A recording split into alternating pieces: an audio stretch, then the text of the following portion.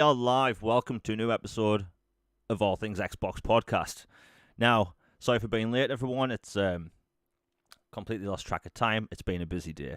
Anyway, it's been a good week for gaming for the most part. It's going to be a fun show. But first up, we have Logan again. Once again, Logan, how you doing this week? I'm doing pretty good, Jamie. Life's good over here. Tried a new coffee joint today. That was good. Been watching a lot of movies, playing a lot of games. Life is in a good place for me. How about you, man? It's been good. Well, for the most part, which we might talk about in a bit. But it's been pretty good. Gaming in general, it's been fun. The whole movie thing. I think like recently I kind of saw that Twisters movie. In my opinion, it's one of the best summer blockbusters, probably in a while. That like had a big summer blockbuster feel to it. A real '90s film. Like you saw that as well, right? Oh, Twisters was fantastic. I immediately came home and bought the soundtrack. And Yeah. I'm not even the biggest country music guy, and I'm from Oklahoma. Yeah. But the soundtrack fit it perfectly. Been listening to that. Love the movie. It was fantastic. Pure '90s. It was glorious. Yeah, it was so good. But outside of movie stuff, games have been good. Like Logan, what have you been playing this past week? I've been playing Diablo 2 Resurrected. I just completed Act 1 last night. Beat that first major boss, and I think Andaro, I think was her name, something. She had a bunch of spider limb looking things. Tall redhead, scary looking. Did that, Power Wash Sim. I beat Hand of Fate, the first one. Loved it. There were a few quality of life things that I wasn't particularly fond of, but I started the second one and it already seems to have improved on those. So I'm really enjoying that. And thinking about jumping into another game or two that I picked up on sale. How about you, Jamie? What have you been up to? A bunch of different stuff. Warzone Resurgence, getting my arse handed to me because I am so rusty at Call of Duty multiplayer. It's hilarious. That's what happens when you don't play from 2011 to 2023. It's bad. I think a lot of people that will get back into Black Ops 6 that haven't played in a while, they're gonna feel my pain. But hey, it's fun multiplayer. If people haven't played Warzone Resurgence, I highly recommend it. In my opinion, it's probably the best battle royale out there at the minute. Outside of that, been playing Fallout 4. Like I feel like I've been talking about Fallout 4 for probably like 2 or 3 months now, ever since the next gen update came out, and it's phenomenal. I Yeah, can, you're a Fallout simp, Jamie. yeah, Just change your account. yeah. Honestly, I'm obsessed with that game. Like, I love it. If people really want a hot take, maybe at some point I'll like maybe make a Fallout tier list so It's people. better than New Vegas. Get him. Yeah, I don't honestly. I don't think people would like where I would rate certain Fallout games.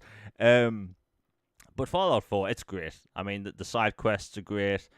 You mainly play those games for the side quests, but just the open world, you know. I've been playing Fallout 3 over and over again since it came out in 2008, and an amazing game. It really is. However, I see Gus is in chat. PlayStation better. Yep, that will come eventually. Every single week, every single podcast, video, tweet, it happens. Um, but the Fallout 4 thing, it's weird because Fallout 3, the whole map is green slash grey and yellow all at the same time. But you kind of get past it. It was a 360. It was 2008. People like loved the game for what it was with its main story. Fallout 4 has been getting crapped on for years, and it's an amazing game. Yes, the dialogue system changed. Yes, it has a voiced actor, but the open world exploration is incredible. Like, I'm not walking across a wasteland that's just green or yellow or a different shade of grey, right? You have big, colourful buildings, there's bridges, there's, highways that still exist. And just like having cars out in the background where like you have red ones, blue ones, green ones. It's like it's a very colourful game for a game set in such a bleak world. And after someone that's spent probably over 1,000 hours in Fallout 3, like combined with the expansions and multiple playthroughs. Like Fallout 4 is incredible because when that Fallout TV show came out, a lot of people were saying like, "Hey, can't wait for the next Fallout." It kind of got people back into Fallout again, and we might not get another Fallout till what 2029, 2032. It's going to be a while, but I got my new Fallout this year with Fallout 4. So like for me, it's a special game. Probably going to be talking about it for a few more months because I've still got the expansions to go through, which I recently bought. Those expansions look really good. I will say this though, I wasn't expecting the game to be as hectic as it is because Fallout 3, you know, as amazing as that game is, it doesn't get out of control. You know, yes, a Deathclaw might chase you if you enter like the swamplands or whatever, but in this, you could be just walking down a street and the Enclave will attack you with multiple people in power armor, and a vertibird will come down and start shooting at you. It's like I just want to explore and, you know, get some, you know, steel ingots or something. And it's just really cool and it's refreshing. And over the years, like I just see people hating on Fallout 4 because of the whole, you know, Preston sending you off to save different encampments or towns, and like I get that. I'm not even touching that stuff. I think that stuff's boring because it is. But like the whole game outside of that is incredible. And if people are being put off from playing Fallout 4 because of that stuff, you don't even have to touch it. I do not touch the crafting stuff at all. And believe me when I say that when I did try the crafting stuff, because I wanted to make some turrets, it's such an easy process that maybe, I don't know, a hamster could figure out in 5 seconds. I was looking at this crafting screen for maybe 5 minutes. I couldn't figure it out. I'm not good at crafting in video games. I'm just not. That's it. But hey, the game's amazing. I think more people should play it. It's in Game Pass and all that stuff. What can I say? Fallout, incredible game. And honestly, I know Fallout 5 may be years away, but the potential of what they're going to be able to do in the future, endless. I can't even imagine what they're going to do. And the other game I've been playing is Elden Ring Shadow of the Erdtree. That game is hard.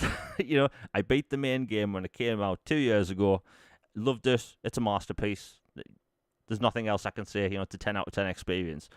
But this expansion, it is really difficult in comparison. You know, you get staggered easier. The bosses, I'd say, hit harder. And if you're playing the kind of, you know, class I am, the boss battles are even more difficult because I'm making the game more difficult for myself because I'm stubborn and I don't like change. So when I'm put in a situation where maybe I should change the weapon I'm using, maybe I should dabble in some magic, I won't. I'll just use the sword I use all the time and the shield I use all the time because it's comfortable. Anyway, finally beat Messmer, which is basically the boss that's on the cover, you know, the cover art. Possibly one of the hardest boss fights of my entire life. Like, it was up there with some of the boss fights with Final Fantasy X. But what can I say? It's a great, you know, I'm probably going to finish it in a few hours. I think more people, you know, millions are going to play that game. Like, Logan, you didn't get to the expansion yet, right? Yeah, I've been waiting on it for a bit. I just haven't been. I have to be in a certain mood to play through a game like Elden Ring or Dark Souls or, you know, Wukong or like these hardcore kind of sweaty, like you have to be on your A game to get out of this boss fight or even a normal encounter. So I just haven't been in that frame of mind, but I do plan to get it.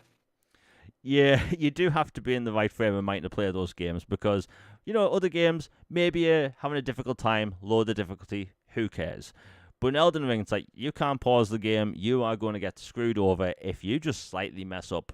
But I think that's one of the good things about Elden Ring. If you mess up, you basically know it's your fault, which I think that game does really well because I'm a failure at that game. I am terrible. Yeah, I made my way through the main story, beat all 100, I think it was 160 bosses in Elden Ring. But the simplest boss in Shadow of the Erdtree is making me want to pull my hair out. Like, with absolute stress. I want to jump out of the window into incoming traffic because it's so infuriating and how bad I am at the expansion. And I thought maybe it was the 2 years, you know, gap of not playing. Maybe I was just rusty. But that's understandable, right? So I went to the main map, you know, where Limgrave is and all that stuff. And I thought, oh, I'll start playing around, you know? And I was one-shotting big enemies. I was taking next to no damage. And I was thinking, okay, it is definitely more difficult because I went to some of the harder areas in Elden Ring and had no issue. So, yeah, it could be considered a skill issue, and it probably is because I wasn't exactly an expert at that game, but it's great. What can I say? Nothing really bad I can say about it other than the fact that it's just very difficult. But again, skill issue on my end. Now that's it for what we've been playing. There's a lot of stuff we want to talk about today, and there's so much really. I want to quickly go over the Sonic 3 trailer. Logan, did you watch the movie trailer yet? I haven't seen the full trailer, but I've seen a few clips of it, and I have to say that it looks really fun and good, and I'm definitely digging Shadow. The Shadow vibes they're really, really good right now. Yeah, so like long story short, I didn't actually like most of the second film. This isn't a film podcast, I just wanted to quickly talk about it. But because the trailer is so good. They got Shadow right. You know, Keanu Reeves is voicing Shadow, and it works just as good as you could possibly imagine. You know, there's a point in the trailer where he does the Akira slide on the top of a building with a motorcycle.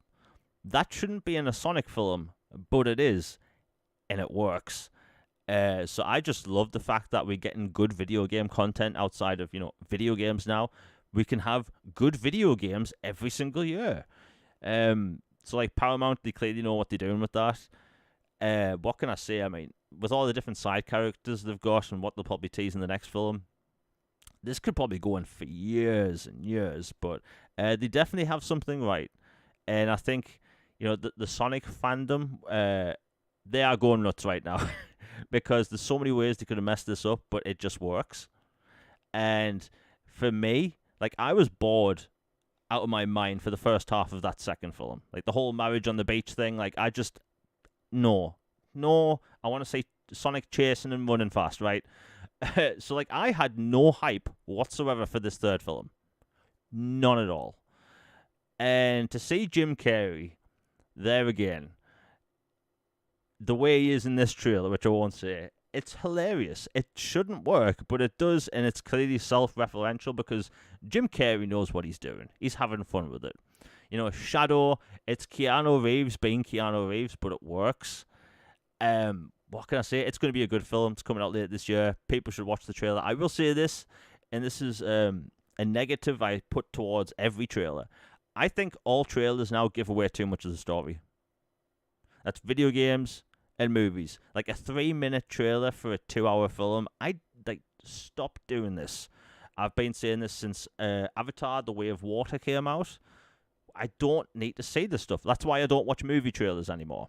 At all. Like Sonic, the movie trailer is the first movie trailer I've probably watched in months. I don't care anymore. I'm out.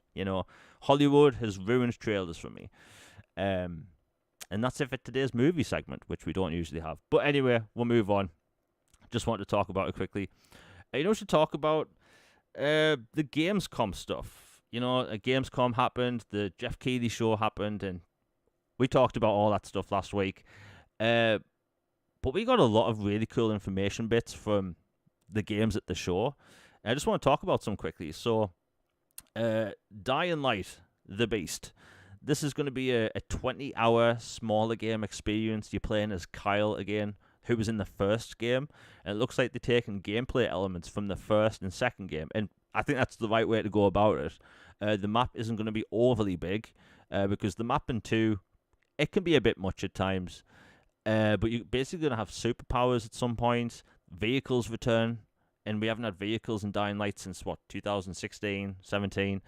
And it looks like kind of the Dying Light everyone wanted. Dying Light 2, amazing gameplay, amazing open world, but the story kind of feels flat compared to the first. And it looks like this game's going to basically have the best of both worlds. Like, Logan, are you looking forward to this? Because, Dying Light's a pretty big game and pretty easy one to get into, I'd say. Yeah, I love the first Dying Light. It was one of my favorite games when it came out, and it came out during kind of a dry period originally with the Xbox One and the PS4 during that era where there wasn't a ton of games during that period, and they stuck with it for years and pumped so much content into it. I love the story. The following was an awesome expansion. So many fun Easter egg side quests in that game. Like I remember the Super Mario ones and like the Half-Life references and finding the sword in the stone, like all kinds of cool stuff. Really revolutionized parkour with zombies. It's like, dude, you're speaking my language here. And then I haven't fully played through the second one yet, but this one looks really, really good. I'm glad they're going back to the first protagonist. And a 20-hour standalone story, just it feels like a right, just just the right amount. Yeah. Not too meaty, but it's bigger than an expansion, so I like it. Yeah, I mean the second game it can get pretty long in the tooth. I think I put about 70 hours into that game and I still didn't finish the main story. In fact, I've got one mission left and I purposefully didn't play it because it kind of changes things in the world. But all in all, it looks like a great expansion. The best thing is like, well, it's not even an expansion; it's a standalone game. But if you've bought the Ultimate Edition of 2, you get this completely for free. They haven't listed individual pricing yet, so people that haven't purchased the Ultimate Edition of 2, you have to purchase it. I'm just guessing, it's going to be a 30 to £40 game. Let's just say $40, I'm guessing. Which would seem right That for that. seems a good bet. Yeah, in 20-hour, like, honestly, hearing 20-hour game now, just makes my eyes light up because too many games are just bloated now. Like, I don't want every game to be 90 hours long, but 20 hours, that's a sweet spot. I think a lot of people are going to love it. Another game I want to talk about quickly is Crimson Desert. This game is basically a spin-off of the MMO Black Desert Online, but it's a single-player experience, and the cool thing about it is that it's combining elements of both The Witcher 3 and Red Dead Redemption 2. Like, I know it's kind of out there and they're promising a lot, and we hear time and time again that some of these games are going to be, like, mind-blowing experiences. This is going to be a game changer for the industry. And honestly, like, after what I've seen this past week, I'm even more impressed. like they even got elements from Zelda Breath of the Wild in there. Like, it's a beyond ambitious game. If they can get it out when they want to, which is next year, it could end up being like one of the best games ever made. That's a lot of like weight to put on that game's shoulders. But as someone that prefers single player games, single player RPGs, like that game, literally, it's everything. You know, like if Crimson Desert was first shown off, I think in 2018 with a small teaser, and we've had gameplay basically every year since. But it looks incredible. It could be game of the generation. This could be like 2024's Elden Ring. You know, we get one big fantasy game every single year, and it pops off. You know, last year it was Baldur's Gate 3. The year before that, it was what? Elden Ring, and this year it seems to be Dragon's Dogma 2. So this looks like it could be the next big thing. Like, Logan, are you looking forward to this? Because it is a big single-player RPG. Yeah, like I haven't seen a ton on this game, but every time I see clips of it or trailers of it, I'm like, dude, this looks really, really well done. And then I don't see anything about it for long swaths of time. But yeah, when this launches, I'll be for sure diving in because it looks really well done and well crafted, and it looks like a fun experience. Yeah, like the funny thing is, right, you know how 90% of the gaming news at the minute, it's all negative, it's all clickbait and all that stuff.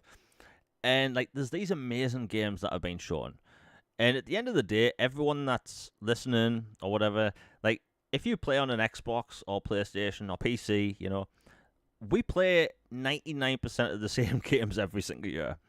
And it's weird that I'm not seeing big media outlets cover these games like this, which is very strange because some of those games shown, It is very strange. it's odd, you know? Like, I get it, you know, talking about Microsoft and multi-platform things or the Switch 2 or GTA leak or whatever, like, that does get clicks. But they're not talking about these interesting things I've been finding out about these games. And that's kind of sad because, one of the things I do on Twitter and on YouTube is I post about upcoming games, and a lot of people message me and reply and whatever and say like, "Hey, I've never heard of this game before." It's like I appreciate it when people tell me that, but again, that's the media failing at their job. Really Yeah, I disappointing. appreciate you doing that because it's honestly a service, and I'm not just saying that because it's like, you post like the cyberpunky bounty hunter looking thing out in the desert that looks like, Blade Runner 2049, or post that Kingmaker and Yeah, some of this other stuff that I had never heard a peep about. And then I'm like, dude, this looks awesome. Like, why is no one talking about this? And so, yeah, I've been trying to highlight those as well. And I'm actually in a group chat where, a couple group chats where, shout out to the chats, where people, bring up some smaller indie games to try to promote and get to the platform because for some reason some big outlets and big content creators aren't talking about some games that if they got the coverage they deserve, they would be bringing in some awards big time. yeah, and cheers for that. But I just think it's weird that game coverage isn't like it used to be.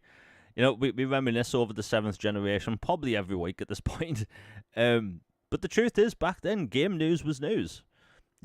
What games have these features? What's this upcoming game have? Oh, there's this upcoming game called Red Dead Redemption. What's it about? What can you do in the game? Like, that was news back then. But news now, in the gaming space, it's just clickbait drivel, like 24/7. It just feels like there's no stopping it. Like, every story. Just wanted to bring that up because it's really annoying. And believe me, I'm probably going to pop off in a bit with some other stuff. But another game I want to talk about is Dune Awakening. Now, this game puts people off when they hear the term MMO. We've talked about this before.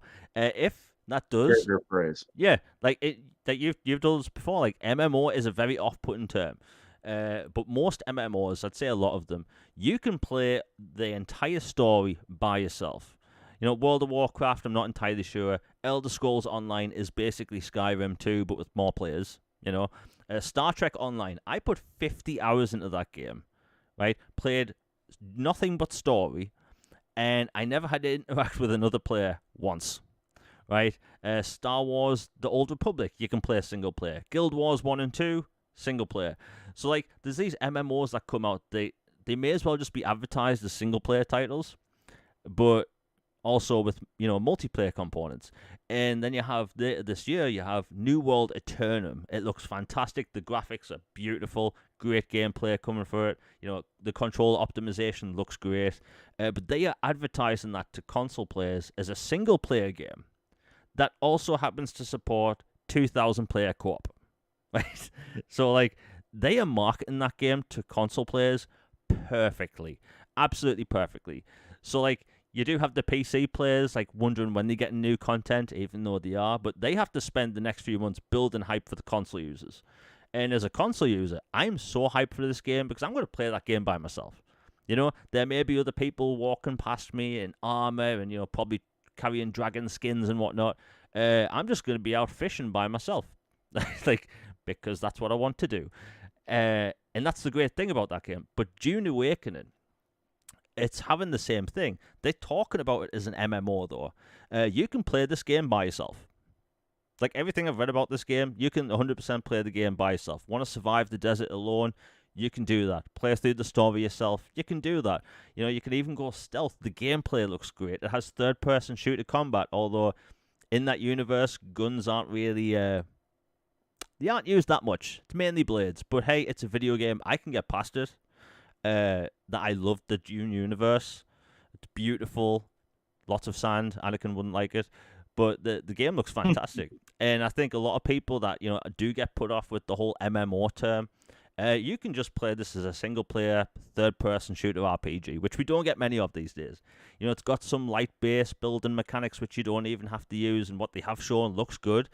I know it's an MMO, but people shouldn't be scared of that term. Like, Logan, I know you've told me before, like, you seem interested, but the MMO thing does put you off, but being able to play a single player does interest you, right? Yeah, like I'll admit, I hear MMO and I'm immediately putting on the, get away from me symbols. Like, it's just, I just have associations with MMO, the term and everything, but, not all MMOs are the same. And like the one you mentioned from Amazon, like that one.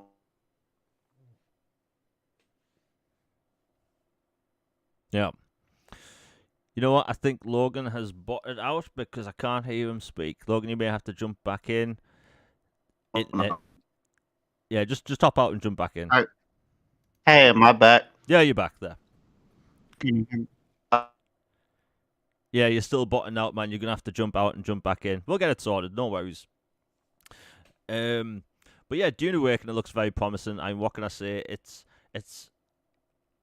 it's weird because Dune as a franchise was gone for what 20 years, 20 plus years, because we had that series in the 90s, which was a TV series, and it wasn't that popular. It had a little spin off and all that stuff. So like as an IP, it was dormant forever, and then we get that the movie in 2021, and it was, in my opinion, close to perfect as you can get when it comes to sci-fi. Like, it's one of the best sci-fi films. And they came out, and people have been wanting video games set in that universe since. It just didn't really happen. We've had an RTS, we've had a card game, and now we're getting this big budget AAA third person, Unreal Engine 5 MMO. Just pretend it's not an MMO. And it looks like they have a hit on their hands. I don't know what the pricing model is going to be like. You haven't worded if it's going to have microtransactions or a subscription. I doubt we'll have a subscription, but as a game, it looks very promising. That universe is popping off. Endless potential, I mean. Really, endless potential. Now, you know what? Let's move on before we can get Logan back. The internet. Hey, what's up? Am I back? Yeah, we can hear you. Okay, good. Yeah, just before I finish on the Dune thing, like, does playing single player in that game sound good to you? Yeah, I'll check it out. I love Dune and that universe, and its place in sci-fi and pop culture history is well known and documented and important. And it's one I'll check out for sure. And then the one from Amazon, like I was saying before I got cut off with the audio thing, is that it's being advertised, like you said, as a single player hardcore RPG that you just so happen to be able to play with other people. So to me, that is just a way better way to advertise these things, and more studios should utilize that method on console, because I think there are a bunch of people like myself who just, they hear the three letter acronym MMO and they assume some things when in reality it's a different experience. Like Elder Scrolls Online, you can play basically like a Skyrim type sequel type game by yourself if you want to, but a lot of people don't know that. Yeah, I think when they get the PC marketing done, which that's going to kick off major in like January, they should just just remove the term MMO from the marketing when it comes to console, because they will get millions of people that way. But anyway, I'm sure they'll have success with it. We're about 30 minutes into the show. If you're enjoying it, I hate doing these ads. I really do, but it helps the channel out. If you're enjoying the show, please like, share, and subscribe. It does help the algorithm out. Really, it does. And if you want to support the channel with super chats, anything answered, all that stuff, it really does help. And, it's appreciated. Now, we weren't going to talk about this topic, and it's not listed in the it's not listed in the title, even though it would get more views, because I can't be bothered with the fanboys today. I didn't get much sleep, and my cat is sick, so I've had enough. Concord. Now, this is an Xbox show, and I'm not going to crap on a PlayStation game. I don't like it seeing developers, like, they spend years making these games, and they can fail, right? Gaming is a weird place because you have these indie games that are developed by like one or two people, and they low budget, and they can take off really well. There's a game on Steam that came out today. It's also, I think it's coming out in Game Pass next week. It's called Core Keeper, and it has over 30,000 concurrent players on Steam. Incredible for this kind of 16-bit RPG with like collectible stuff. It looks really cool, and that's great. That's a small team having amazing success on a game like that. But unfortunately, along the years, you have these games that try to capitalize on trends, and they try and capitalize and do it the wrong way, or these games take a long time to make. So by the time the games came out, everyone's moved on to something else. We've seen this before with Anthem. You know, Destiny came out in 2014. It was one of those big WoW next-gen games. You know, visuals, gameplay. It was great. So, like, when Destiny we were meant to get this 10-year plan, and they have essentially done that, all these other companies were like, hey, we can do that. We want our 10-year plan for our game and get basically microtransactions from gamers for 10 years.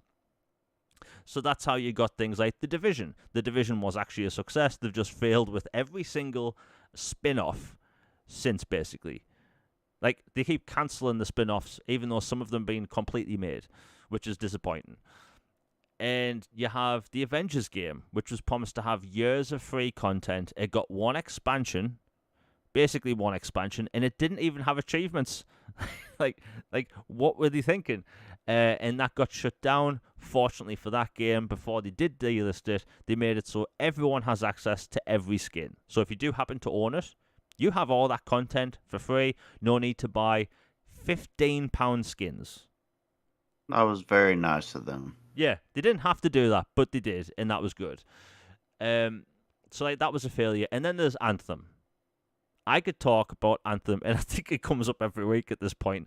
Christmas lights? Yeah, the Christmas lights. And for people that haven't heard before, and I'm happy to tell this story because it makes me cry inside every single time. Anthem came out. They tried to get it going. People were wanting new content. And, you know, they did this Christmas event where there was these Christmas lights everywhere, making everyone feel all, you know, Christmassy. And the developers kind of forgot the game exists. And the Christmas lights were on till like February or March. So, like, they kind of forgot about their own game and abandoned it. And now it's a game you can play. Kind of. It's just nobody really does play it. And that game had endless potential with the combat. The combat in that game was so good. Same with the Avengers game, right? Say what you will about the story and, you know, the co-op levels, like the gameplay in that Avengers game, damn good. Playing as the Hulk and Iron Man, fun. Thor, fun. And, you know, Anthem was such a joke. Like, the first podcast I was going to start on this channel was an Anthem-based podcast. I had art made and everything. I was so excited. And nothing happened. We didn't get expansions.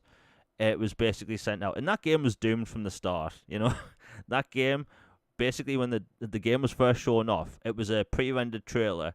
And most of the developers behind the game never even saw it or touched that trailer. So they had to make something that kind of resembled that trailer. I'm doing air quotes. And the game wasn't like that. Heartbreaking.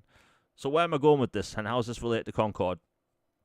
So 8 years ago, a little game called Overwatch came out, and it had huge success. You know, people liked the microtransaction system in that, because the way it was done. You got these like loot boxes or whatnot, and you can open them whenever you want. People seem to be really happy with Overwatch for a long time, and then, you know, other companies were trying to, you know, do what they were doing. But you had Concord in the background, and they were making this game for what is allegedly 8 years. And this is a problem when developers try and copy trends, go with trends. It's happened time and time again, and it's clear that this game's going to fail. You know, I feel sorry for the developers. You know, people have been messaging me for months and months saying, and whenever I talked about Starfield, by the way, on Twitter, those tweets are still live. The amount of people that would reply to my post saying, oh, Concord's going to be better than Starfield. And I used to shake my head thinking, like, why are we comparing a PvP game to a single-player RPG? And that's the whole normie way of thinking where, oh, it's got spaceships and it's sci-fi, it's the same. It's like when people say Star Trek and Star Wars is the same. Get your head out your arse. It's not the same. my blood's boiling. Don't compare the two. But I think I've just been watching way too much Star Trek content lately. Just anyway, Live long and prosper, yeah, Jamie. man. I've been so tempted to start a sci-fi TV show podcast so many times. Hey, let me know if you need a co-host, man. I mean, and plus I've been watching a bunch of Stargate as well. I adore Stargate. That may happen at some point. Let's see. But Concord, it's not having good numbers. There's over, I think, under 100 people playing it on Steam at the minute. And, people saying it's all these people hating it and not because it's a Sony game. But you have this game on Steam. And before it was even announced, I think it's called Deadlock by Valve.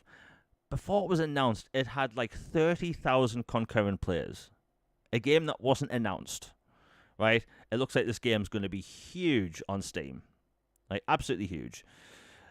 And, it's clear that, these games can still do well. Valve do not make bad games. They just don't. So, like, it's kind of expected it was going to be good. But you have this game, it's clearly not going to do well. What's going to happen? I don't even know what the monetization system is behind this game, because it doesn't have a battle pass, as far as I know. It doesn't have microtransactions, as far as I know. So they are selling a multiplayer game, a multiplayer-only game, that can only make money off just being sold. I don't know what's going to happen. They have multiple seasons lined up that go into 2025. All I'm saying is, it's sad for the developers. I don't know what they were thinking. It's unfortunate. I will say this, though. It is weird that the gaming media are very standoffish with how they're talking about it. They kind of, they're holding it with kid gloves, so to speak. They're dancing around the fact that, it's clearly a failure, right? When Redfall, back last year, whether people liked it or not, the treatment is, it's so in your face, right? With Redfall, no matter where you looked, Redfall clickbait, Redfall articles and grifting. But Concord, in the media, isn't getting this same treatment. And I just thought that's odd. Don't you think, Logan? Oh yeah, there's a whole bunch we could get into that. The can of worms about the comment. And look, I will be completely honest. I despised Redfall. I thought it was truly terribly awful, and I was incredibly disappointed and angry because I was a huge Arcane guy. I loved their games. I had a vision for the game. It clearly was not what the type of experience I wanted, and for the people who do like it, I'm happy for you. Power to you. I'm glad they made it where you can play it offline and they preserved the game in perpetuity. It's on Game Pass. If you want to play it with friends, have at it. It was awful. And then, even at its worst, that game, his numbers are like, you compare them to Concord, and I mean, it is wild just how truly tragic Concord is right now. And I'm not gleeful about it. I made jokes about it. People made jokes about Redfall. A lot of people made jokes about Concord, but the treatment has definitely been different, and it I mean, just being completely honest and blunt, like, that is a studio killer game. Just point blank. Like, I hope Sony is lenient, and I hope Sony is merciful. I doubt it, but and gives them another shot. But 8 years, 8 years for this game, and it has these character designs and these mechanics and all this other stuff, and people just dancing around the edges about talking about stuff, and it's obvious what's going on, and it's annoying, but it is what it is. It's how the media works. You don't want to upset certain people, which I get. It's all networking and stuff, but it is obvious. and it's clear for anybody who has eyes and ears. But it is, yeah, it's a disaster of a game. It's a studio killer of a game, and I wish them good luck because, oh boy, um, Firewalk is definitely an appropriate name for that studio right now because things are ablaze. Because woo, um, but yeah, hope they get it figured out. And yeah, don't chase trends, especially if you can't get your act together. And it takes 8 years to get a Dollar Tree Overwatch out. Yeah, Seriously, 8 years for a Dollar Tree Overwatch? What are we doing here? yeah, and like I'm not an Overwatch fan by any means. I don't like those types of games. Oh, I'm not either. And like that Marvel Rivals game, like I think it looks cool. I think the art style's cool, but I'm not gonna play it just because like, that's not for me. You have these people that like they're sweating when they play multiplayer, and they're gonna just like ruin newbies, and it's like. I've been there, right? Like back in the big days of Call of Duty. 2009, 2008 to 2011. Like that was me. I was destroying people on like Call of Duty every single night. And now it's like I like my single player. I really like my single player, It's nice here. It's relaxing, I get to pause games. I get to go to make a cup of tea and enjoy myself. I like that. I am dabbling with, Black Ops, multiplayer when that comes out, and I'm kind of obsessed with Warzone Resurgence. But outside of that, I'm good. Before we continue, we have the first super chat of the day by Goat Game, and thank you very much for $5. He says, Jamie, there's rumors that Herman Holst has been. Well, hold on. There's been rumors that Herman Holst has been allegedly sleeping with Hiroki Totoki's second wife. Do you feel like this complicates their relationship or PlayStation? Wild. Never expected to read that. I mean, hypothetically, if it was true, I can imagine it causing a bit of a stir. It's not exactly something you'd be high fiving, your boss over. It's a weird situation. I don't know. I doubt it's real, obviously. But thanks for that. Logan, what do you think of that? Because I have my doubts.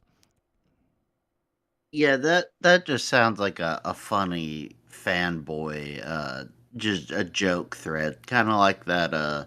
The whole AI things you've been seeing where people do deep fakes of analysts and have them say outlandish, wild things where it matches their voice, but it's not really them.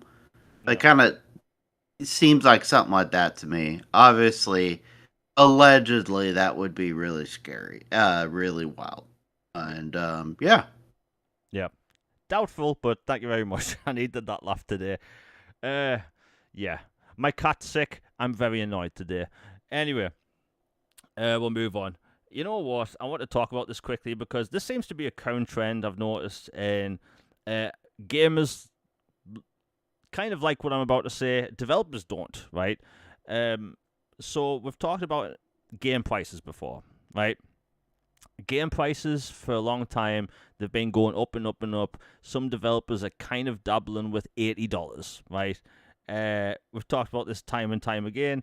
I think the $80 thing will basically destroy the industry, kind of. People will stop buying games day one at launch. That is just too much to ask. In fact, some developers, and I've mentioned this before, a big developer from a big company called me cheap because I said games shouldn't be $80. It is what it is.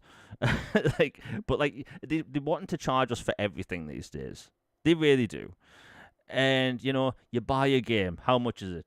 Okay, it's £70 or $70, and then they have a battle pass in a single player game. And then that game might also have cosmetic microtransactions. And then developer supporter packs. Like, it's too much. I'm completely fine with developers wanting to sell a season pass that's giving you expansions for your game over time, like Star Wars Outlaws. Again, we'll talk about that in a bit. I think GTA 4 may have had one back in the day. Mass Effect, I think, had one. I have no problem with that, but when it comes to just like the monetization of games at the minute is just disgusting. Um, I've ranted about GTA 5 a lot because the way shark cards completely changed how Rockstar worked, you know? Um, so where am I going with this? Well, I've noticed kind of a while now that there's more and more developers. They are pricing their games kind of all over the place, which is good news. For a while across the board, developers are just saying, "Hey, this is our game. It's $70." Well, there's a big budget AAA game coming out in 3 weeks, 2 weeks. Warhammer 40k Space Marine 2. This game looks incredible. It has a bunch of it has a single player campaign. So if you like Gears, you're feeling right at home. It has a co-op mode. It has PvP multiplayer modes. And they've already discussed about all the free updates it's going to get over the next year. And it has a lot of free content coming. And they charging $59.99 for this in the UK, right? And when I saw that price, I was kind of shocked. I was thinking, what? They're not charging the full 70 for this, and it's probably one of the best looking games ever made. One of the most technical games when it comes to like the amount of enemies on screen and stuff. And I thought, that's nice, right? They're doing something different. Focus Entertainment, I talk about them all the time. They're my favorite third-party publisher. But with pricing, I say they are really fair for games. I think over time, they're learning. They're pricing games all over the place, which is good. We shouldn't be doing the whole flat rate thing across the board. So they're doing games, it's £40, £30, £59. Like, I really like this. It's a good move. And you also have, Quidditch Champions. Like, I know this is mainly for Harry Potter fans, but the game's going to launch at £25, around there. And it's not going to be a live service. It's not going to be a microtransaction-ridden game. It's not even going to have a battle pass. You literally buy the game up front. You have access to a single-player campaign. You have access to a create-a-character mode and a 3v3 PvP. And that's going to get 6v6 by the end of the year. 6v6 is going to be nuts in that game. So, like, they're putting out this basically just, price once, buy it, multiplayer game. And they're going the right way around it. I think, Warner Brothers, I was kind of worried that they were going to fill this with microtransactions. Like, they really could have filled this with microtransactions. With all the Harry Potter fans and Christmas coming up, like, Harry Potter stuff in the UK sells mad during Christmas. So the fact that you're going to have the first Quidditch game out in, 20 years, like, they could have priced it at whatever they wanted. So, like, seeing more developers adopt this, like, I don't know, variable pricing. This is good to see, and hopefully we'll see more publishers do it because Warner Brothers is doing it, Focus Entertainment are doing it, and even Microsoft did it earlier in the year with Hellblade. So, like, for me, this is great news. Logan, what do you think? Because the gaming price thing, this has been a sticky issue for years. Developers want to charge us way more than they should be, but some developers are actually, lowering the price of their games. Yeah, it's nice to see. It's nice to see people, have utilize a flex payment kind of thing for their games because, frankly, not all games are equal. Not all game needs to be $70 or $60 or $30. Like, you know, games should be priced on what that game is, and it's like what its peers would be, like in terms of like status or size of studio or size and scale of game, type of game. Like it just makes way more sense. Other industries and stuff do that, so I think gaming should embrace that more. I'm glad to see more companies are. Like you, Focus Home is one of my favorite publishers. Them, Prime Matter. Um, there are several other real like Devolver. Like some of these indie publishers have good pricing, and they make really high quality games. And I'm thrilled to see that continue. I'm definitely day one for Warhammer 40K2, and just I really, really want that game to do well, and I think it will. And it just makes me even more excited for E-Day, to be honest.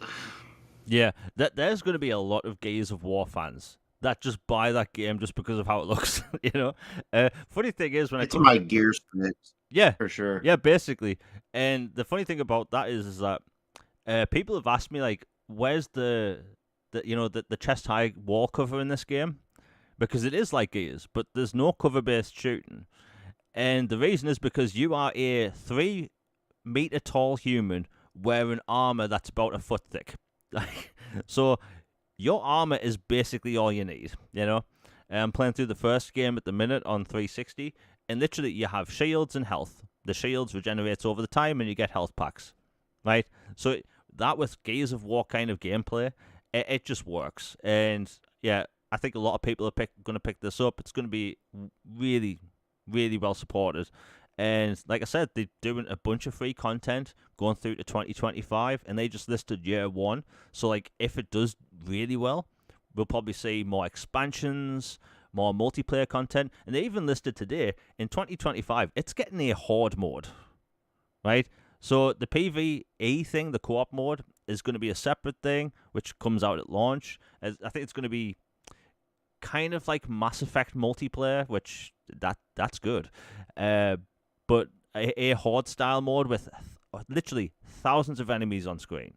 It's going to be nuts, just the amount of blood you can cause in that game. Because literally, in the first game, on a 7th gen piece of hardware, there's moments where there's about 100 enemies on screen. It's crazy. So, like, you have this a few generations later. It's next gen only. It's using their proprietary engine, which was used in World War Z, which is an impressive game in itself. So, like, this game alone, it's going to be impressive. And again, third party, I should say, major gaming media outlets, they aren't talking about it like this. It's like they're not telling people about these interesting features. I think that's why you also see a lot of big developers. They're kind of more active on social media now, talking about their current roadmap for games and stuff. And they should keep doing that. More people will follow them because you can't trust IGN. IGN owns half of the gaming media right now, and they put out, let's be honest, at the end of the day, slop. Clickbait, slop. Anyway, That's a polite word for it. yeah, I'm trying not to swear today. Emphasis on trying. But yeah, it is what it is. Let's talk about Star Wars Outlaws quickly because this has been a very divisive topic, and I'll get this out there. I've been excited for this game since before it was announced. Ubisoft announced they were making an open world Star Wars game back in, I want to say 2020. They have an impressive team making the game. It's the team behind Avatar Frontiers of Pandora. I've had gameplay clips going during the show. And that game in itself, it has to be possibly one of the most impressive games ever made. Like, the open world forest in that game, you can't compare it to anything else. It is amazing. And yes, it does have Far Cry elements, but outside of that, it's, again, one of the most technically impressive games ever released. And you have this team that have been looking forward to putting out this single player Star Wars game that has RPG elements and like stealth elements, and that's directly aimed at me. I love those types of games. Anyway, the game comes out, I think, in 3 days, 2 days, 3 days, and it's another one of these games that there's been a bunch of controversy popped up because of the way the game performs, the way it looks, and by the way, I do think everything I'm about to mention will be fixed. I honestly do think everything I'm about to say will be fixed in a patch, right? For some reason, like, some games just release and some of the character models might not look like how they do in the art. I'll talk about that in a second. We've seen the main character several times in CGI cutscenes, game art, and several different times during gameplay, and now the character model looks nothing like the actress, and it looks like a completely different person with a slightly blocky face. Again, this is stuff they can patch. Other games have had this stuff patched before. The performance, there's been some bugs, but outside of that, I think the game looks phenomenal. I think there's this trend in the AAA game space at the minute where it almost seems across the board where every single major third-party game, not even that, every single major AAA game has this unbelievable hate train behind it. And some games, I think they've been just for it. But like it's like Star Wars has had this hype for over a year now. And yes, we are seeing more gameplay now. I think people are going way overboard with the hate because I've played a lot of Ubisoft games. And let me tell you, Ubisoft, when they came out in 2014 and showed off a little game called Assassin's Creed Unity, people's jaws were on the floor. We've never seen a game that looked like that. You have a realistic looking, 18th century Paris. Like, we've never seen that in a game before. And when the game came out, there was characters walking around with no faces, but they had eyeballs. It was nightmare material. To the point where they had to give away the first expansion essentially for free. And it was a mess. Fortunately, over time, a long time, they did fix it. But in the past, like, Ubisoft has released some games where I've had zero issues. Avatar Frontiers of Pandora, flawless. Literally flawless. And in fact, that every problem I had in that game has literally been patched, or they've put in features that let me change those things. So, like, as a complete game right now, and there's one expansion already out for that, and another one coming out, I think, later this year, early next year. Like, that as a game is an excellent product. No bugs. Assassin's Creed Mirage, I didn't have any bugs out of one quest progression bug, which actually got patched out. So, like, they fixed that straight away.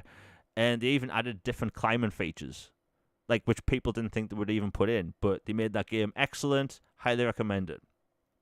Well, this is one of those games where people are saying this is an immersive Star Wars game. You feel like a smuggler and all this stuff, which is what you want from a game like this. And you have a kind of some bugs, which I think they can patch out. And also the main character, it looks like the textures haven't even loaded. So, like, Logan, what's your take on this? Because we talked about it before the show went live, but it is a weird one. I do think it's going to be a good game, but,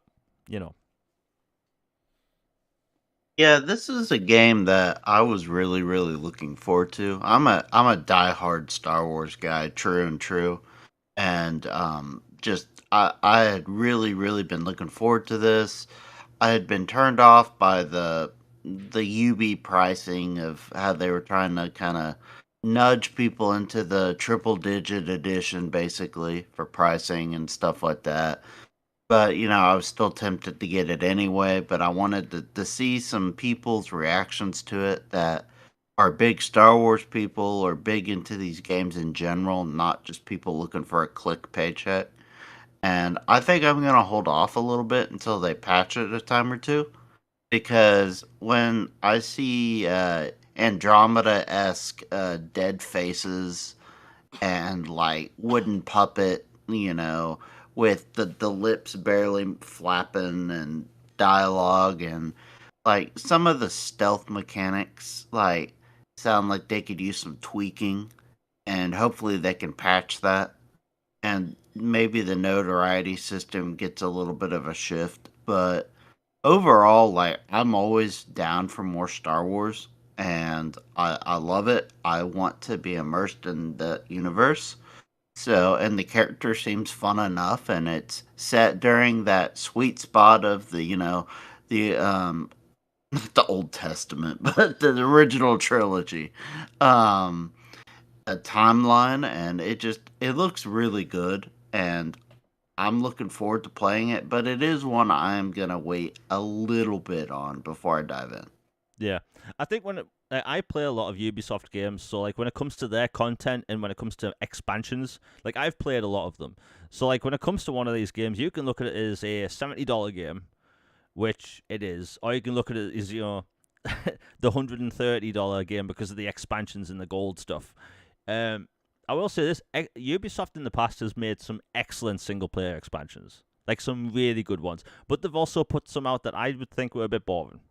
I think, when it comes to this, just think of it as the $70 game and play it by ear, because these expansions might be great. And from what I've seen and read, they look like they could be really good. But I think it's just better just to buy expansions after the fact. You might not even like the game. It's like Avatar. I think that game is amazing, but I haven't bought the expansion pass yet. Like, because I'm waiting for both to drop. and plus I'm still nowhere near the end. That game is ridiculously huge. And I got that game at Christmas. It's ridiculous. But hey, I think they can patch all this stuff out.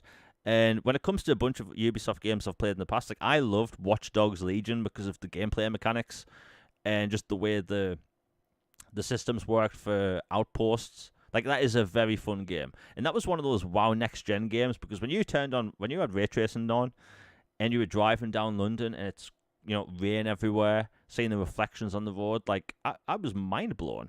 Like seeing this on a console. And they did patch out a bunch of problems out that straight away. So I do think it is something Ubisoft will fix. I do think the game looks phenomenal when it comes to its gameplay features and stuff. But, I mean, if we're being honest, 99% of releases we see today when it comes to AAA games, they all kind of have some bugs. Maybe a character clips through a wall or they sit on a chair and there's no chair there. Like, it happens, Like, I was playing Fallout 4 the other day. And, I have Piper as my, companion, and she warped inside of a gate. That happens. Yeah, and I'm thinking, Piper, what you doing there? It doesn't make sense. Like, and I couldn't get it out, so I had to reload a previous save. But to me, it's like, okay, I'm over the fact, But again, Star Wars Outlaws, I am looking forward to playing it. I think it does look like it's going to be fun. And the expansion stuff sounds great. You have Lando Calrissian in the first expansion. You have one of the characters from the Clone Wars in the second expansion. I think the name was Hondo. It's been a while since I've watched Oh, yeah, he's hilarious. Yeah, the smuggler. Like, he was cool in that series. So the fact he's going to be in an original trilogy storyline, I love that stuff. Plus, I've become a kind of a super fan of the prequel stuff as of the past few years. Like, I love Star Wars prequel stuff. I love the original trilogy, but like seeing them two come together, beautiful, really beautiful. Anyway, that's enough of Star Wars. I'm sure they'll fix everything. And plus, out of a few bugs I've seen, normally to me I'd be like, okay, that's nothing. Stuff gets patched. Like, I've got Dragon's Dogma 2 gameplay going on right now. I think that game's amazing. It had some major issues at launch, which were patched about a week later. So things change. Anyway, we'll move on. Let's talk about Black Myth Wukong. This game, it turns out, as I found out about an hour before the show went live, has sold 15 million copies. Now, that's crazy. That's impressive. Yeah, because it like despite what IGN is saying and GameSpot, it is a Souls-like. It is like you like if it quacks like a duck, walks like a duck, then it's a duck. Like they're trying to push this off as a God of War style game, and it's like it's not. It does have some set pieces, but it is definitely like if you go to a campfire and heal, and all the enemies around you respawn, but bosses don't. They kind of can in this. That's a Souls-like. It's literally the definition of a Souls-like. The boss carry you a new one. Yeah, like this is not a walk in the park game. Yeah, like I think like Black Myth Wukong, it is a Souls-like, but I play lots of Souls-likes. I like them. Like hell, I was obsessed with Elden Ring. Might not be good at it, but hey. Well, anyway, where are we talking about this? So people have been wondering, like, what's happening with the Xbox version. In fact, I was probably one of the first people on Twitter talking about Black Myth Wukong because that first trailer in 2019, like, blew me away. I was, like, literally jaw on the floor with that original trailer. And with this, it's like, yeah, a few months ago, they basically announced the release date, the final release date, and the Xbox logo wasn't on the screen. People panicked on Twitter, panic ensued, and like they already made the Xbox version, right? So there's been some speculation if PlayStation have paid for exclusivity. Again, we don't fully know that. And it kind of came out recently that they've had some sort of certification issue. And people have took this as to blaming the Xbox Series S. And I think that's just an easy way to make it a target. Like, people, for some reason, like, really hate on the Series S, even though there's a lot of people I know that have a Series S that they play games all the time at 120 frames per second, right? So that game clearly doesn't have issues. Microsoft's certification process, I do think needs to be relaxed a bit. They do need to have maybe more people on the certification team. But like to say it's the Series S, and if you look at the game's overall performance on console right now, because there's not many PlayStation reviews out for it, we all know why, because the performance isn't that good. So like I prefer to have a game put off for months even, if it means I'm going to get a solid frame rate at launch. Like I don't care what people say. Like games getting delayed, it can be annoying. It really can, because you look forward to games for years. But like, what is the point of having a game that you're hyped for, and then it comes out launch day and it stutters? Like, an inconsistent frame rate is what gives people motion sickness sometimes. It's not 60 or 30, it's literally choppy frames, right? It's the stop motion effect. And I think, people just need to, like, let go of the whole blaming the Series S for everything. There's plenty of huge open world games and that thing. Hell, Starfield runs at 60 FPS now on a Series S. Like, that's mind blowing. That's a tiny little console. I'm not a developer, but wow, like, that's impressive. So it will come to Xbox eventually. I will say them having a huge success like this proves that difficult games can still sell. You don't need games to handhold you all the time. And there clearly is more demand for fantasy-based Souls-like games in 2024, because Elden Ring blew people away. Like, people can look at, like, Souls-likes and think, oh, that's a niche game. But people were obsessed with that game. It sold over 20 million copies. I think it might be over 25 million copies now. And, like, most people that played that game were new to Souls games. So, like, it's clear that people want more of this. People finished Elden Ring. This is them looking at that, thinking it's more of the same. I'll buy it. But it will come to Xbox. Like, Logan, what do you think? Because it's clear that it's just the certification issue, which has been a problem in the past. Yeah, I know a lot of people, like, even myself, like, when it was first, shown off, I'm like, wow, this looks incredible. And then, it is shown to come to all these platforms, and then it was revealed again, but without Xbox. And then, that sense, your spider sense is tingling, and you're like, okay, what's going on here? Why is Xbox not listed or present when it was originally? And then it's like, was it or was it not some handshake, wink, wink, nod, nod kind of thing? Or was it a tech issue? What was it? Turns out it's a tech issue. And if, certain rumors are true, alleged rumor things about it being certification or, stuff like that with saves and stuff, then that would make sense. And honestly, I'd much rather wait for them to get their act together and get it fixed and make sure everything's good to go than play a shoddy experience. This is a side tangent, but I'm going to connect it because it is related to this topic. Baldur's Gate 3, for example, is the one everybody compares it to because of the Series S and the delay and all that. When they finally got that to Xbox, I got it. I got the deluxe edition. I loved that time I put into it. But honestly, it bricked my game. It has a save issue on my game that I still to this day cannot play that game. I turn it on. I have a Series X, by the way. And I turn it on, I open the menu, I choose all the settings, and I try to start a new game, and it starts loading, buffering, and then it immediately turns to black and kicks me back to the console main menu. Like, it literally, I had 40 plus hours in. I was about to wrap up Act 2. And then, poof, it just wiped everything and it bricks the console and it won't even let me play a game I shelled out like almost $80 for.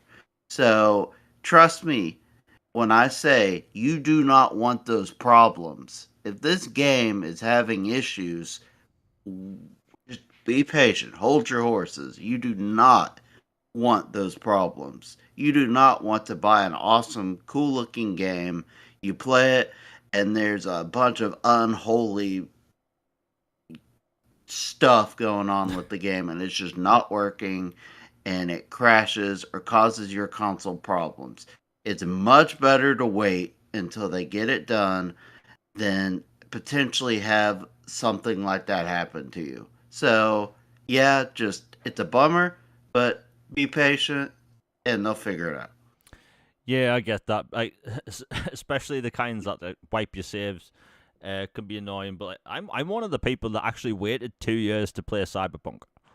I got it at launch. I literally played the opening where you drive a car down a street, and that's basically it. And I stopped playing. I was like, you know what? I'm going to wait for the next gen upgrade. And by the time I played it, it was fixed and flawless. So, I mean, maybe people should wait. Fortunately, I do think, well, no, I was going to say Borderlands. Baldur's Gate 3 is fixed now, apparently. But, Wukong, it'll come over eventually. It's just, optimization can be a bit weird because there's so many different pieces of hardware now. And, like, I don't know what it's like to develop a game, but, like, we'll probably find out in the future. I don't think it'll be... The thing is, it's in the developer's best interest to put that on Xbox as soon as possible because their main marketing cycle is right now. They are a small developer. So, like, if they can, like, get the game out in, let's say, the next month, it will be out during its main marketing cycle. So, we'll see. Again, we'll cover it in an upcoming podcast whenever it's announced. Now, we'll quickly talk about this. Age of Mythology Retold. This has been really anticipated in the RTS, space because we don't get a lot of RTS games like this. And I'll keep this brief because, some people think it's a bit niche, but I've been looking forward to it. Logan's been looking forward to it. And it's got an 82 on Metacritic today on PC. Very good. Age of Empires last year and the year before, those games reviewed really well on console, so it looks like they've done a really good job at making this game work on a controller. The PC version is, again, reviewing well. Logan, what do you think about that? Because, again, it is a niche game, but a lot of people in the RTS space have been looking forward to this. This game means a lot to me in particular. It was kind of my quote gateway RTS game that when I first started playing these types of games when it first came out, I absolutely loved it. I loved the Titans expansion and all that stuff. It was just so fun with the cheat codes, which they've added back into the game. So if you remember the Woo cheat where you have a flying hippo or, the O Canada, like the bears with the laser eye beams and stuff, they still work in the game. And they've upgraded all the character models. They've modernized some controls. It works great with a controller. This is like the pristine, experience that you always wanted for this game, and it's going to get a new lease on life. I think it's going to take off really well, and the fact that they're not only doing all this upgrade stuff, but they're making new expansions, including ones that never quite got finished and new stuff for it, like with Chinese mythology and other stuff. It's super cool, and I can't wait to play this. You call it niche or whatever, but this is something that interests me, and I'm definitely in for it. Yeah. No, I mean, I don't mean niche in a bad way. Like, I used to be big into... This might shock people. I used to be big into PC gaming in the early 2000s. I played games on everything. My Xbox, my PlayStation 2, GameCube, my Game Boy Advance SP, but PC. Like, you couldn't get these RTS games on PC, so I used to play Homeworld 1 and 2, Star Trek Armada 1 and 2, and I think Star Trek Armada 2 is one of the best games ever made. It's, like, incredible. So, like, the Age of Empires games is something I never really played. I have enjoyed them on Xbox. Age of Mythology Retold looks bloody amazing. And I think a lot of people are going to like this. There's more people that play these games on consoles than people think. So when Age of Empires 4 came to Xbox last year, even though it's in Game Pass, and it's an RTS and it's considered niche, it was number 4 on the Xbox store in the UK in paid games. So there is a market for it. If this does well, also, we'll just see more games come over. I think, I love the fact that so many PC-centric games are coming over. You have MMOs coming over, sim games coming over. We just want more RTS games, I will still port beg for the rest of my life. I want Homeworld 1 and 2 to come to Xbox. Good luck with that, man. Yeah, I have no idea how. I think the only way you could get that to work on a controller is if you literally added an extra stick. like that's the only way I could see that working. And if they want to release a specific controller for that game, go for it. But yeah, the game looks great. It comes out, I think, in 4 days. About a week. The game looks great. What can I say? And by the way, with Age of Empires 4, they did an excellent job. Not just with the controller optimization. It literally feels like a console game, which is great. But also the tutorial. The tutorial explains literally every aspect of like an RTS game perfectly. And I think this game will get people into the genre more because you have big monsters and creatures from different mythologies and stuff. So hey, comes out soon. I'm sure people will love it. And hell, if you listen to this and you don't like RTS games, give it a try. If you have Game Pass, why not? That's how I got into Flight Simulator. Like, one of my friends can fly planes, so like I can talk about some things and understand what he's talking about because I played a game on my Xbox. But yeah, it is what it is. I think people love it. We quickly need to talk about the Nintendo stuff. So Nintendo had the Direct today. I thought it was pretty good, actually. Nintendo Directs, I think they are very straight to the point. They announce game, little joke here and there, game. I actually like the format of this show. And I did the same thing everyone else does when they showcases happen. You go on Twitter and you see if the official game developer account has posted the trailer or maybe some game art. And oh, what do you know? It has the Xbox logo in the trailer now. It has the PlayStation logo and all that stuff. Like, excuse me. Like a lot of people, especially people that want more JRPGs to come to Xbox, we go over everything, right? We go to the official developer's YouTube accounts. Like, is there an Xbox logo in this version of the trailer? Well, we have some bloody good news this week because there's a bunch of JRPGs coming to Xbox, and there's one of which I didn't think it was going to come to Xbox, and I didn't know much about it. I did hear about it before it was really announced, and it's coming to Xbox, and I'm actually more interested in this than basically anything else shown. So we'll run down them quickly because it's an exciting time for JRPGs on Xbox, because despite what people are saying, there's so many coming, it's unreal. So, Dragon Quest 3 HD 2D, we already knew this was coming. I think it had a new trailer. It looks great. Suikoden HD remasters of 1 and 2.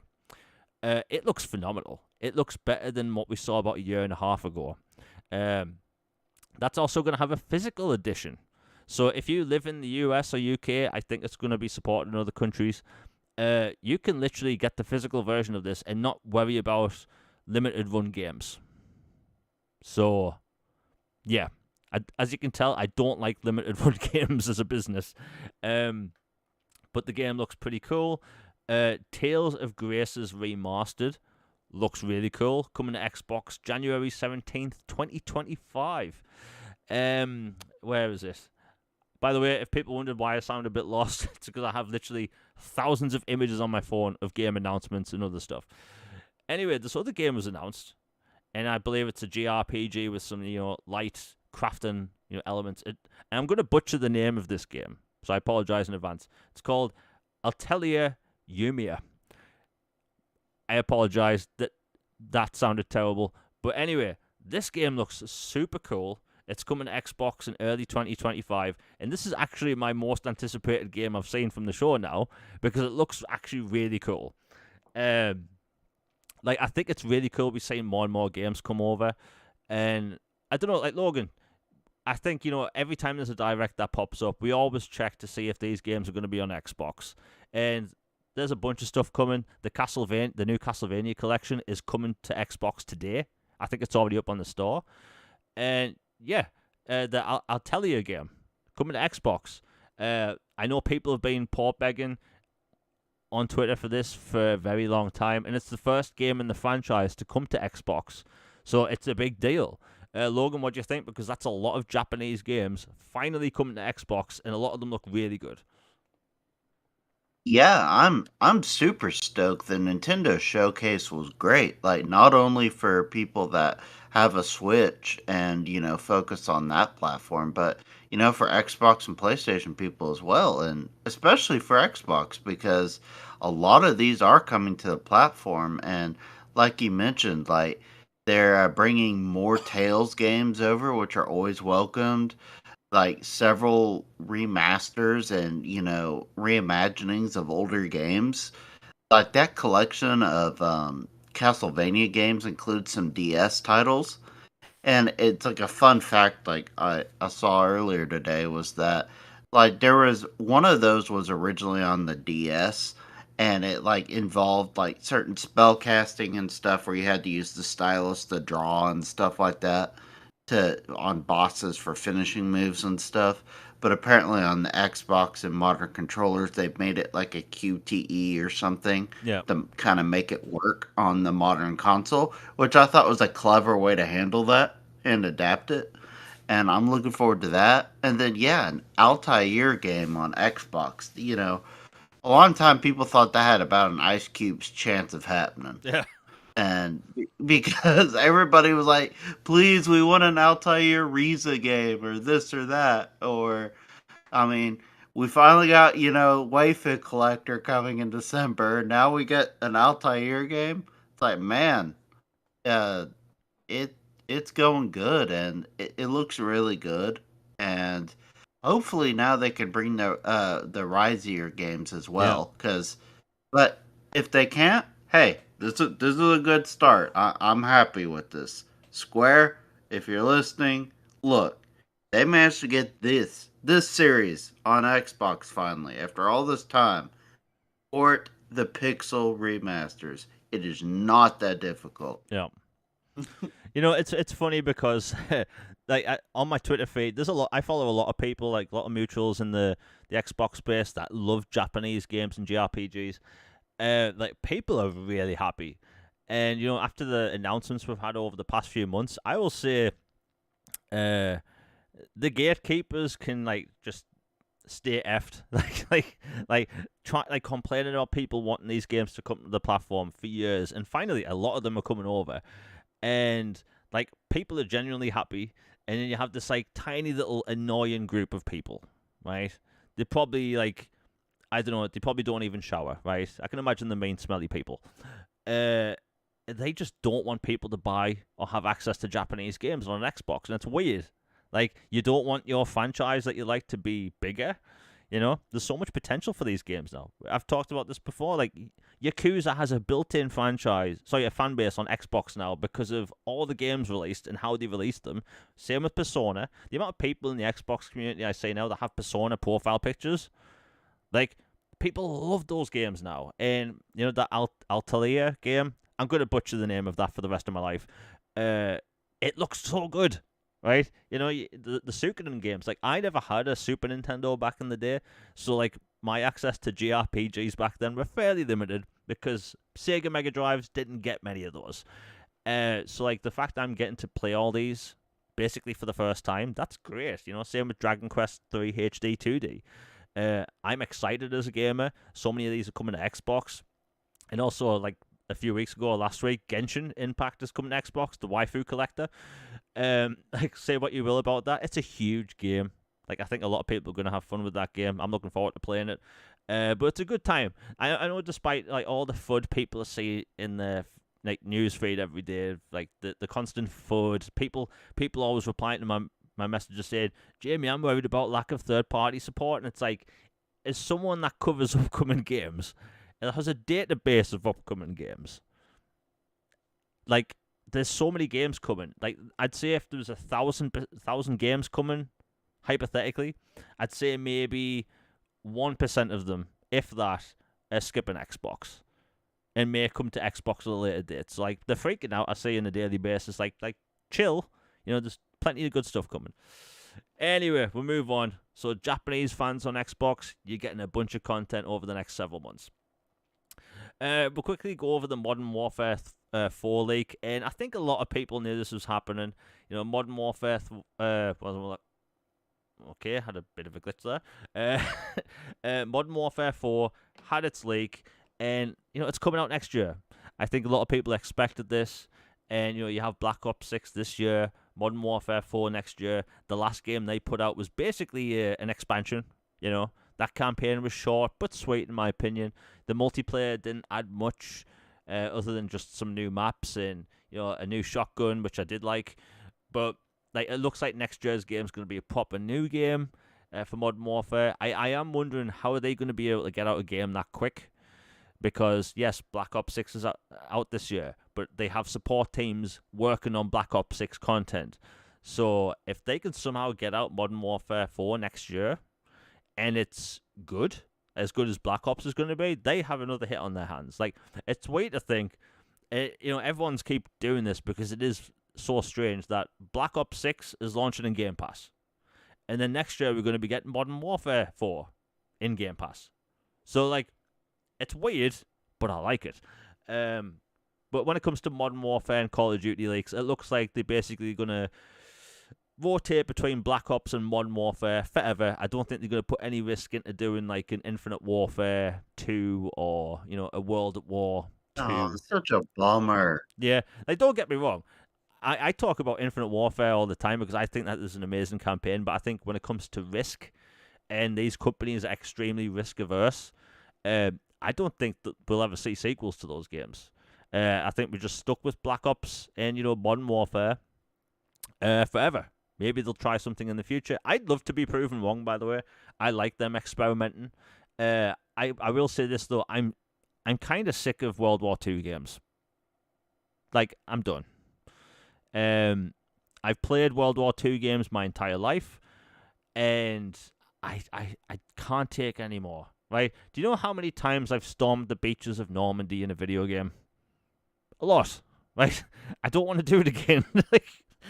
Yeah, it may look good now, and each game looks better than the last, but it's just the same thing over and over again. I feel like World War II first-person shooters just... I don't see them evolving any further. I think with Black Ops and Modern Warfare and hopefully in Infinite Warfare, I think we can see some interesting stuff in the future. And plus, I've said this before and I'll say it again. I think Black Ops 6 is going to be possibly the biggest Call of Duty in years because you have the biggest campaign to date. It's been in development for over 4 years. You have level-based zombies coming back, which people have been wanting for 4 years, and then you have the omnidirectional movement across all 3 modes. And I'm trying to think how I can put this. My friend that I play Call of Duty with, we were talking about the mere concept of it. Everyone listening right now has played a first-person shooter, right? If you want to sprint forward, and it's the only way you can sprint, you literally hold down the left stick and you move the camera to change direction. That's how you sprint in video games. That's how we've sprinted in video games since 2000, 2001, and it's been that way since. But in this game, you can sprint in any direction while firing in any direction. That is something we've just never seen in a first-person shooter before, and I think that's going to be a big change. I don't think it's going to be a jump pack situation where I don't think the maps made for jump packs back in Advanced Warfare were that good, right? I thought the movement was good, but I think the maps weren't that good compared to Titanfall at the time. But it looks like going forward they have a hit. Call of Duty is always a hit, but I think this is going to be probably the biggest to date. Logan, what do you think? Along with the whole Modern Warfare 4 league. Yeah, I'm all for it. It sounds really good to me. I enjoy the Modern Warfare games, and I'm cool with more of those happening. And like you, I am definitely burnt out on World War II. I've been playing, World War II games since the 90s, early 2000s. Yeah. The amount of Nazis that we've eliminated over the years in these games is I've lost count, man. I mean, there are only so many ways and so many different spins on the beach of Normandy, liberating, France, or you're in the Pacific, or, it's just, it gets to a point to where it's just like it needs a rest. Let it sit in the museum for a bit. It needs a break. And so I'm all for the modern stuff and for like near future, or if they want to be cool and bring back Infinite Warfare and do a sequel, like basically like what we call the Expanse game, but not the Expanse. That would be amazing, and I would love that. Or even Advanced Warfighter too, something like that. Just please make more than just Black Ops and Modern Warfare. Even though I love them and I'll continue to play them, because I like the diversity of options, so that I can dabble here, dabble there, and it's fun. And it's not just like, all right, gotta go to Germany again because I gotta jump out of this plane, be a paratrooper, or oh my gosh, my squad mate just got absolutely obliterated by a landmine on the beach, or it's like there's only so many ways you can use a Thompson or a 1911 or an MP4. It's like, come on, we got to move on eventually. Yeah. Uh, I I can't put myself through that again. Like it is cool. Like when they release a World War II game, and like you first see the beaches of Normandy, and you're like, wow, this is exactly like Saving Private Ryan. And then you get there, the shooting happens, and you're just like, oh yeah, I've done this before. Like it's just prettier. Like modern, Black Ops. I think they're going to do a great job with Black Ops Modern Warfare 4. With what they did with the story in the last one, I'm interested to see how that actually pays off. Won't go into spoilers, but Modern Warfare 3 has a very interesting ending. And Black Ops, they kind of hopping like decades in between storylines. But this looks like it's just maybe going 4 years ahead from the last one. And Cold War was a damn good campaign. Really good story. Fantastic. Yeah, really good game. But yeah, Call of Duty, I think it's safe. You know what? We'll talk about this now. Avowed. So Avowed, it's Xbox's upcoming first person and third person role playing game set in the Pillars of Eternity universe.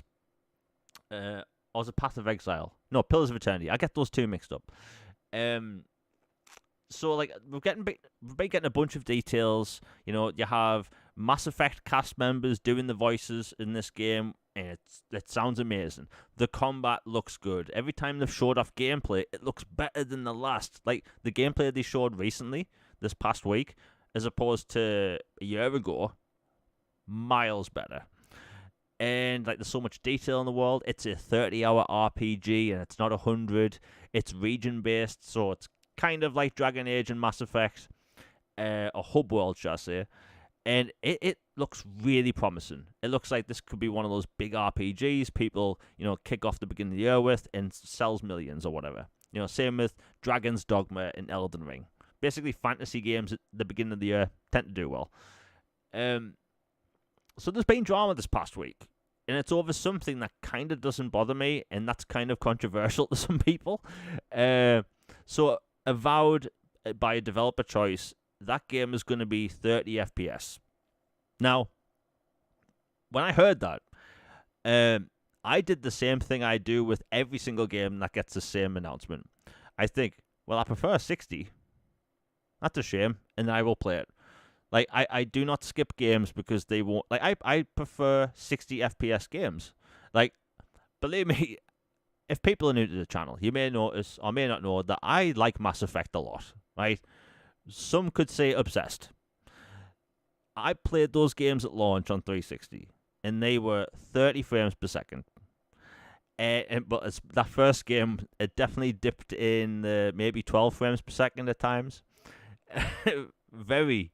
I know people can get bored of the frames per second, talk, but I just want to get my thoughts out there on this show and on my channel. It doesn't bother me.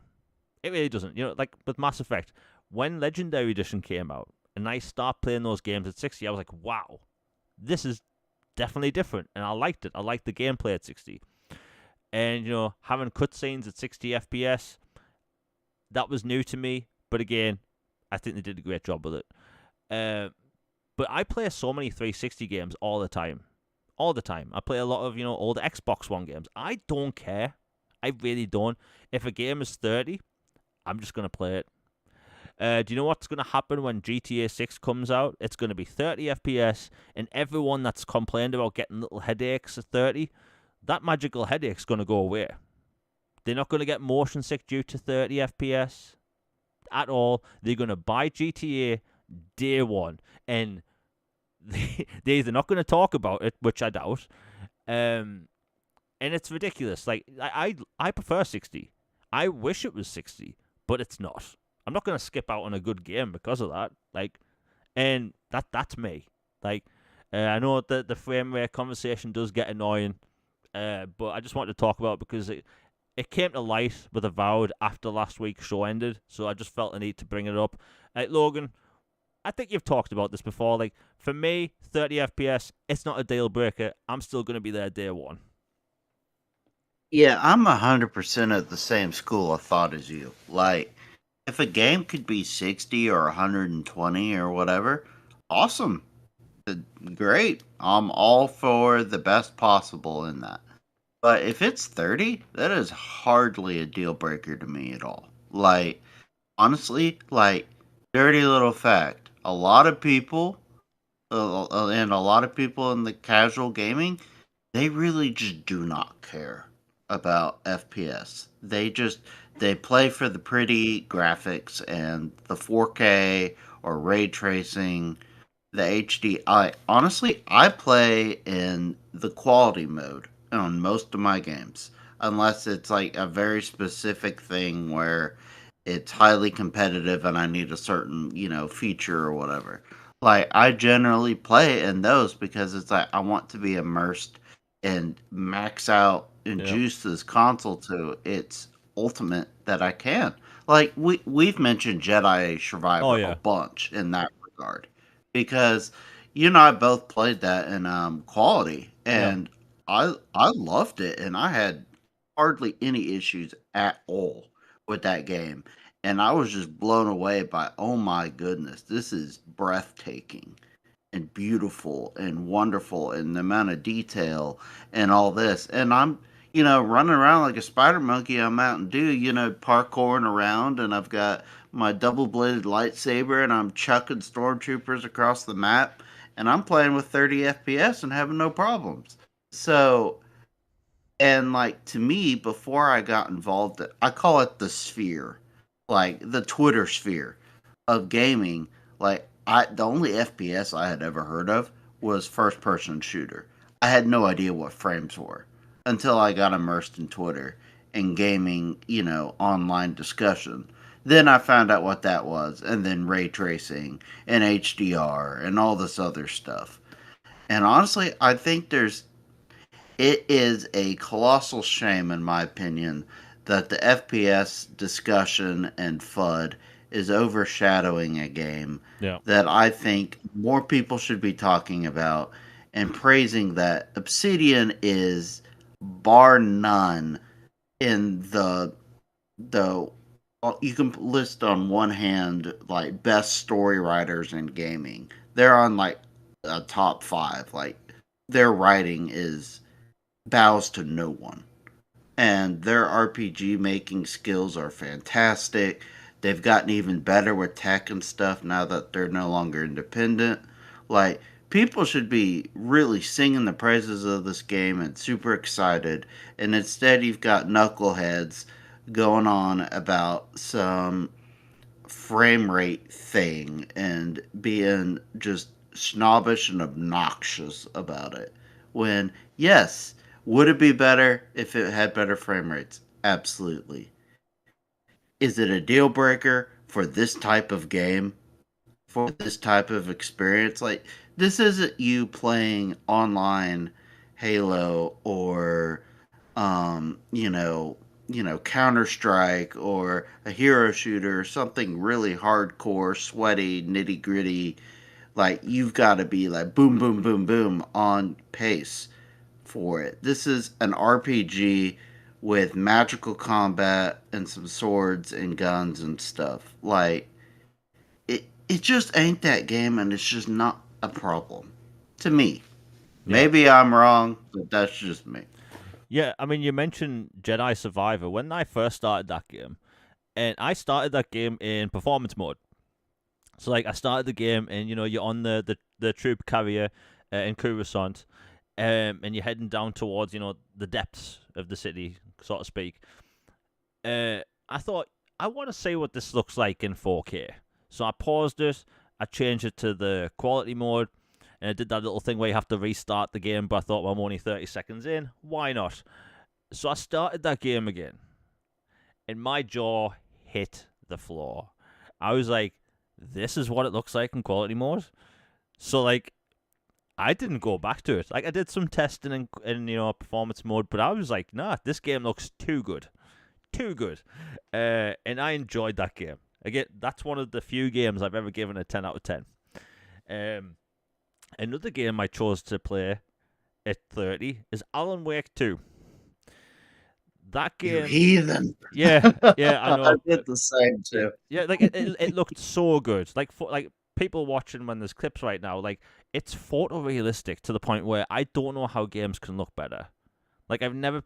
Like, it looked better than Resident Evil and all that stuff. Like, it looks insane. Like, their proprietary engine is just impressive in general. But, like, the fact they got the game to look like that, I couldn't believe my eyes. So with Avowed, I'm just like, it's a shame, and I'll move on. But, like, the people freaking out about... Like, people are literally making endless clickbait about it. And, like, I get it. Like, if people want to have a preference or have one, that's fine. That's really fine. But, like, if you have storytelling by Obsidian and you're willing to just not play it because of that, GTA 6 is going to be 30 FPS. Everyone's going to play it. Unless you're on PC and you're going to wait an extra year. And, hey, power to them. Why not? Because you have a rig, may as well wait. But, like, for me, I just don't care. I really don't care. It's like I get over it in about 3 seconds. I just don't care. And I think more people will, like... I think more people would realize, like, how much they don't notice. So, for people that don't know, me and Logan, we're kind of active on, Twitter and stuff. I post a lot. Logan posts a lot. I post a lot of clips. I post a lot of video on Twitter. I post about upcoming games, and I also post games I'm recommended. And all those clips you see are my own clips, recorded on my own console. Do you know how many times people ask me the frame rate of a game? Meaning they can't look at the video and tell. Shocking. Absolutely shocking. In fact, I've actually changed the hertz of a video on purpose to see if anyone would notice. That's a little Twitter Easter egg for people listening. So, like, I've changed the hertz on videos that I've posted to Twitter and made it 30 from a 60 FPS. Nobody's been able to tell. Nobody's been able to tell. It's because, like Logan said, like, Twitter, this bubble of, like, gaming where everyone's, like, connected to the gaming all the time. They're wanting game news, what's happening with these specs. And it's like, if you go back 10 years ago, or back during the 7th gen, nobody was talking about this stuff. You had Call of Duty running at 60 FPS. Literally 60 FPS. And that was their big selling point for combat. But, like, when people played Battlefield, nobody talked about frame rate. People talked about the destructive buildings. When people played Halo, they talked about the over-the-top action. They didn't talk about frame rate. That was 30, I think more people enjoy 30 FPS games than they realize. Like, I get it if you're on PC and you've been PC gaming for a long time. I really think that you're used to playing games at a high frame rate. And that I completely understand. But for people on console, that 30 FPS is an issue now. I don't know, man. I think it's a bit picky, For me, I adjust to it, I move on, This isn't like when you're watching, like, the 48 frames per second version of The Hobbit where it looks like everyone's moving fast because it has the soap opera effect. Like, that's different. That's different. But yeah, just wanted to talk about that quickly because Avowed looks amazing. And I talk about I talk about how much gaming needs like shorter games. Like a 30-hour RPG is the sweet spot. Like, don't get me wrong, I like playing 100-hour games. Like, I played Starfield. I have no idea how much time I'm going to put out in the Fallout 4. I dread how much time. But like I'm hating about these 30-hour games, 30-hour RPGs. Like, do you know the new Dragon Age game? It's going to be about 30 hours. That is perfect. That's Mass Effect length, right? When the next Mass Effect comes out, that's going to be a hub world game like 1, 2, and 3. And it's probably going to be 30 to 50 hours long. Bloody perfect. I want more of these games. I don't care. Like, when we get Gamescom and we get shiny brand new game footage, right? And that's exciting. We want to hear about the features. We want to hear about what kind of spells you can do in the game. How's the combat work? Will we get a demo? Will we be able to create our character? And while we're getting all this information, they just pop in, and it's going to be 30 FPS, and that becomes the story. Like, we shouldn't be talking about, that should be like the last thing we talk about, the performance of something, the resolution of something. Like, I like my games. Yeah, it's in the footnotes. Yeah. Yeah. And like, why aren't we talking about the game features? It's like what we talked about earlier on the show. Game news isn't game news anymore. Because what gets more clicks on IGN, right? Avowed is 30 FPS on Xbox Series X and S. Another 30 FPS game. Or Avowed is going to have first and third person game modes as well as being a 30-hour RPG. We all know which one would get more clicks. Because you have the people that hate on Xbox, there's people that don't like Obsidian, so like they're gonna watch that video, or that. That's insane. Yeah, people are crazy, Don't know what you're putting in the water these days, but I don't know. I think it's gonna be a great game, and like we don't know what the frame rate of Dragon Age is gonna be. If that's 30, I really don't care. I just don't. I don't have enough energy to expel over something. I just don't like. I like a lot. I love that Avatar game. One of the most beautiful looking games ever made. I played that in 30, and that's a first-person game, right? I love playing first-person games at 60, like Logan was saying. When it comes to shooting in COD or basically anything else, like that 60 does help. But if I'm wandering around like these mile-high trees and there's these little like pixie rhino-looking things floating around, right? Do I really need that 60? No, I want the beautiful forests that have these like dense jungles unlike anything I've seen before. So if, like, let's say Final Fantasy VII Remake does come to Xbox, I'm going to play that at 30. All day. And the funny thing is, there's a lot of people that would be angry with me talking for the past 5 minutes like I have, because the truth is, and like Logan said, most gamers just don't notice. They just don't care. Why do you think that you see pretty images on boxes? Why do you think trailers are made using like shiny PCs, right? They want to get the best looking footage possible to market to people. The majority of people don't care about frame rate. That's the truth, I know people will hate that, but yeah. Logan, do you want to say anything else on the 30 frames per second thing before we close out the show? No, not really on the 30 FPS. Just that I'm very, very excited for Avowed and the other projects that Obsidian is cooking. Like, they always deliver, and I'm just, the more I see and more I hear of Avowed, the more excited I get, and I was already pretty interested. And man, it's gonna be really, really good. Yeah, I thought I'd do a little test before we go. So I've got my Xbox on at the minute, and I figured let's just quickly go to the Xbox store and let's look what's coming down the line, right? So there's a bunch of cool games coming to Xbox, but you'd be shocked at how many of them are 30 frames per second. The Casting of Frank Stone doesn't have a frames per second meter, and that's a horror game. I don't think people care.